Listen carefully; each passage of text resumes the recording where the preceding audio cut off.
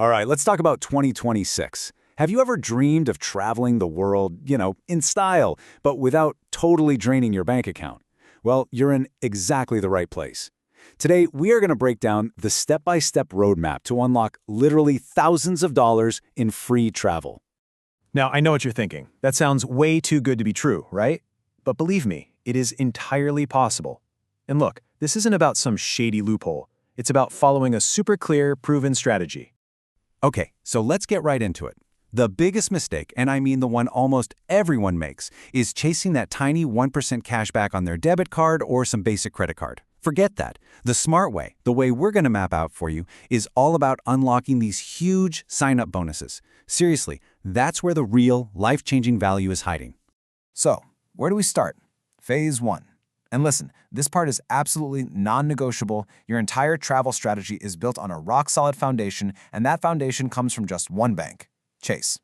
And that brings us to maybe the single most important rule in this entire game, the Chase 524 rule. It's actually pretty simple. If you've opened 5 or more personal credit cards, and that's from any bank, in the last 24 months, Chase will just automatically say no. This is exactly why we have to start with them. We've got to get in before we accidentally lock ourselves out.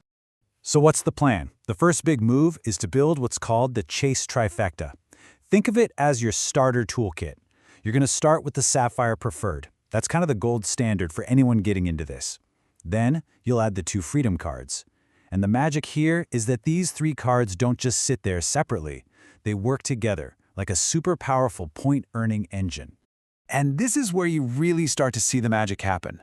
Once you've got that trifecta, you're not earning that sad little 1 point per dollar anymore. All of a sudden, you're earning 3, 4, even 5 times the points on stuff you're already buying. We're talking groceries, gas, restaurants, the everyday things. That's the secret sauce. That's how you start racking up points like crazy. Okay, let's move on to phase 2. Once that Chase foundation is solid, it's time to bring in the heavyweight, American Express. Now this is your ticket. This is how you unlock those dream-worthy, lie-flat business class seats for those long international flights. So think of it like this. Chase points are amazing for hotels and all-around value, but Amex points, their membership rewards are, without a doubt, the kings when it comes to premium flights. They have these amazing airline partners that let you turn your points into experiences that would normally cost you an absolute fortune. The real 1-2 punch here is the Amex Gold and the Amex Platinum. The Gold card, that becomes your go-to for anything food-related. It earns a whopping 4 points per dollar on dining and at supermarkets. Then you go for the Platinum card, mainly for its giant sign-up bonus. We're talking over 100,000, sometimes 150,000 points. That bonus alone is often enough for a one-way business class ticket to Europe or Asia, just like that. All right, time for our final phase. So we've got our Chase Foundation, we've got our luxury Amex card, now we bring in the wild card, the common sense finisher that just ties everything together perfectly. Capital One. And the star of the show for Capital One is the Venture X. And trust me, this card is a brilliant move. Why? Well, every year it gives you a $300 travel credit plus 10,000 anniversary points. You do the math. That's at least $400 in value, which more than covers its annual fee. It's one of those rare cards that literally pays you to have it in your wallet. Okay, so let's recap. We've built this awesome 3-tiered arsenal of credit cards. We've been racking up points on all our normal spending. Now we get to the really fun part. Let's look at the payoff. Let's do the math and see what all this work actually gets you. So get this. If you follow this roadmap for just 1 year, 12 months, and you make sure to hit those sign-up bonuses on these key cards, you can easily, and I mean easily, rack up over 300,000 points. That's across all 3 of these amazing systems. It's just an insane amount of travel currency to have at your disposal.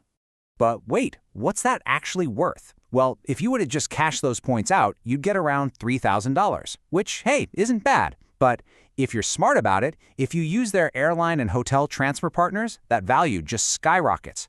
Those exact same 300,000 points can be redeemed for travel worth over $5,600. See the difference? That is the power of this system. Okay, so now you have the blueprint. But to actually make this work, to do it successfully, you've got to follow a few simple but really crucial rules of the road.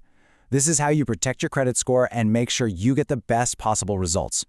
First things first, remember, this is a marathon, not a sprint. You have to space out your card applications. Give it at least 90 days between each one. This is super important for keeping your credit score healthy. And maybe the most important rule of all, this is not about spending more money. Not at all. It's about being smart and intentional with the money you are already going to spend anyway.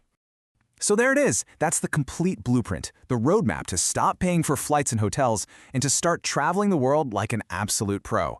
Really, the only question left to ask is, where are you going to go first?